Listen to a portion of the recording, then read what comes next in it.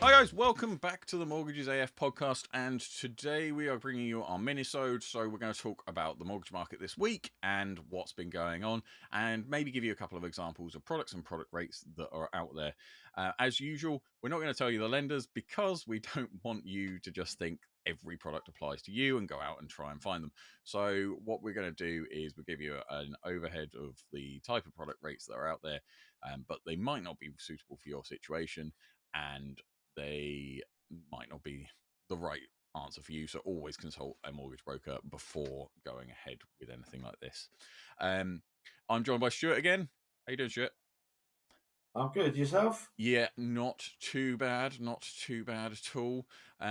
So today we've both sort of selected products that are more focused on people with bad credit, um, or some form of adverse credit. So we're talking about things like defaults, CCJs, debt management plans, IVAs, bankruptcy, even anything like that is considered adverse credit. So these products might apply to them, but we'll go a bit more into that in a second.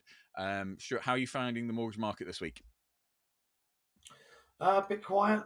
Mortgage market a bit quiet. I mean, still lending rates coming down. Um, yeah, I think it's. I think everyone's getting the Christmas mode at the moment, and but as far as the market goes, um, yeah, still a downward trend in some of the interest rates. More products coming back onto the market, and fairly positive to be honest with you.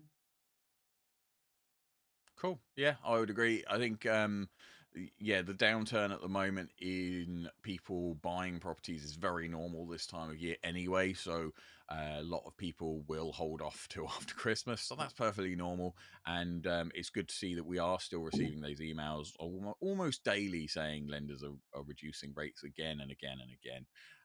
Today, we're going to probably talk about some rates that are maybe a little bit higher than we've been talking about in previous weeks, just because they are focused at people that might not have the best credit history in the world. But we want to show people that it's still possible, even now when rates are increasing and it's getting a bit harder to get a mortgage. Maybe that you can still do it.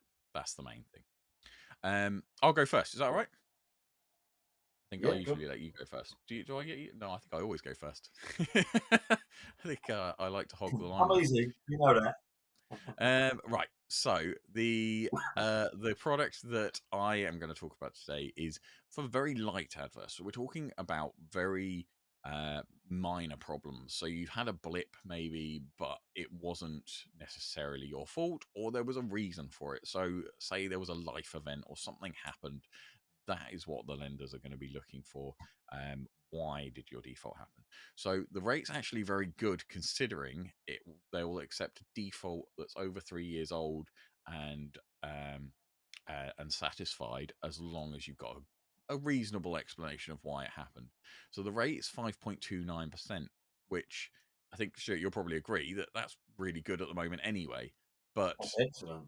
yeah, That's excellent. but the fact that they'll consider it with a historic default up to 95% LTV, so up to a minimum of 5% deposit as well, and Yeah. subject to a good explanation and a passing of the credit score, which is one of those things. Sometimes you just have to see if you pass credit score with a lender. So the other aspects of there's lots of freebies on there, but the main ones, there's a free valuation and a 999 product fee, which you can add to the loan as well. But I think this really gives a good example of people that maybe have had a slight issue and they still want to buy a house and think they possibly can't, and think, well, I might have to wait 6 years in order for that default to fall off my credit file before I can get a mortgage. And it's just not the case. If you've got like light adverse credit like this, then you probably still have options. It's also worth noting that it's not specific to this product, but a lot of people don't realize that there is a massive difference between defaulting on a utility bill on your mobile phone contract and defaulting on a credit card or loan.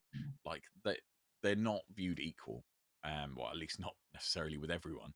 And if you've got a default on a utility bill for £200, or if you've got a CCJ for a parking ticket or something like that, it doesn't necessarily equal the same as a default or CCJ on a credit card or loan. Yeah. But yeah, I mean, that's the main takeaways from this Well, product. So, oh, sorry, sorry. Mark, I was just going to say it's a really important point. It's a really important point because, and I think we've probably brought it up on maybe on a previous podcast at some point. And just to really reiterate on that, because that is so important. If you are in conflicts with somebody who says that you owe them money, unless it's someone knocking on your door, of course, but with a company, if it's a one-off thing, your best route is always to pay it and then fight it. Yes. Because if you leave it and think, well, I'm not going to pay that, it is going to show up on your credit report or somewhere, almost definitely at some point, Yeah. and it will give you the issues when you're looking for a mortgage. Yeah. Yeah. I think that's a really good point to make. Yeah.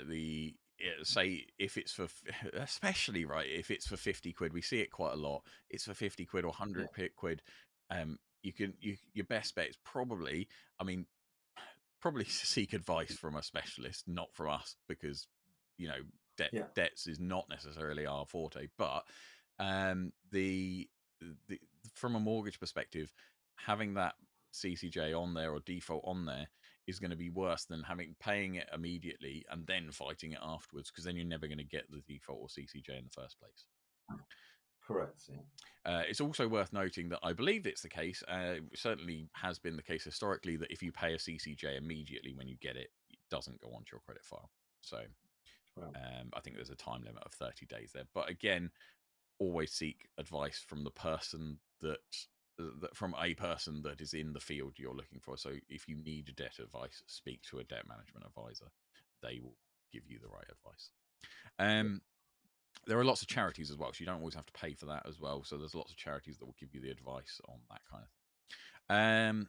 Right, so that's the product that I would wanted to shine a bit of a spotlight on today. Just that really low, but slightly adverse. So if you've got a hiccup, it's there for you. But I think, Stuart, you're going to talk to us a bit more about sort of if you've got that heavier adverse. So you've had a major life event, so you've had 5 or 6 defaults maybe, or something like that.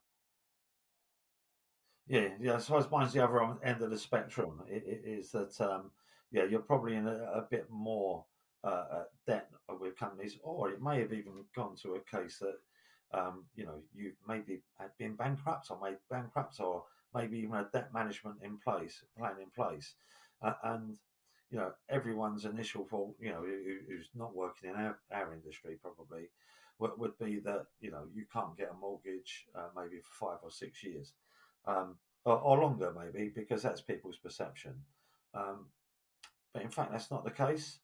And there's lenders out there, and you're not going to get every lender on the high street who will look at this, but there are lenders out there who will look that if this was sort of 24 months ago, 2 years, 3 years, or sometimes even within a year, they will still be prepared to look at it in circumstances.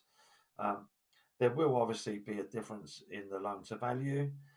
So where lenders will typically outside of this, and maybe with some light debt on there, you could still look at a 95% mortgage.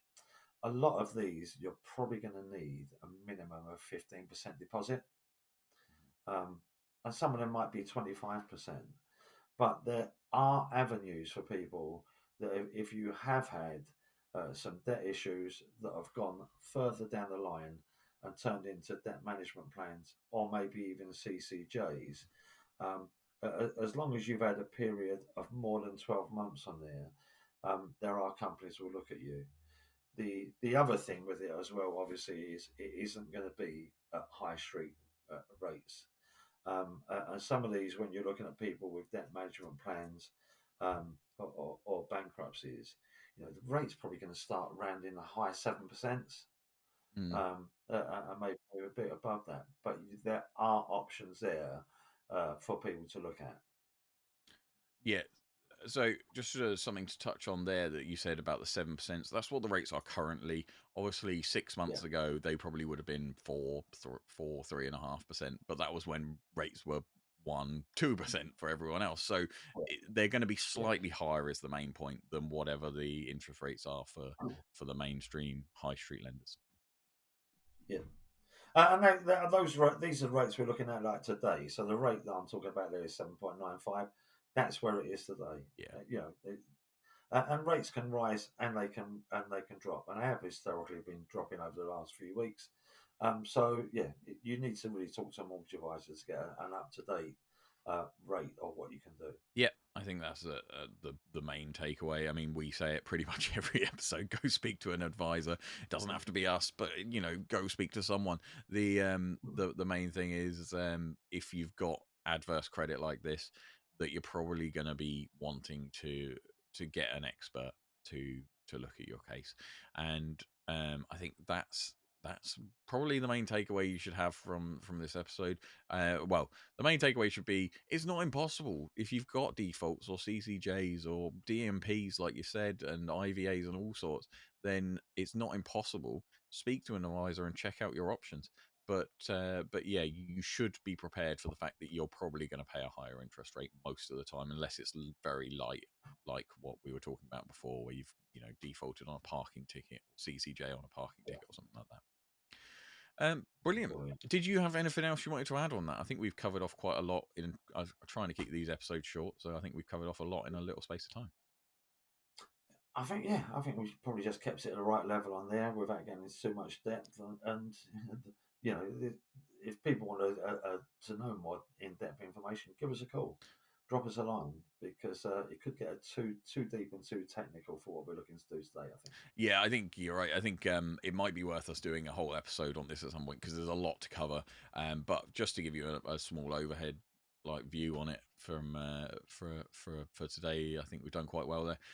But yeah, thanks for joining us for another Minisode. The mortgage market, again, looking very stable, very good. I don't really see rates changing too much before Christmas. They are sort of fluctuating a little bit, coming down most part, but not anything drastic happening before Christmas, unless something drastic happens in the world. But yeah, thanks for joining us for another Mortgages AF podcast or minicast, and we'll see you next week. Right, have a good weekend. Cheers. Bye bye. Bye bye.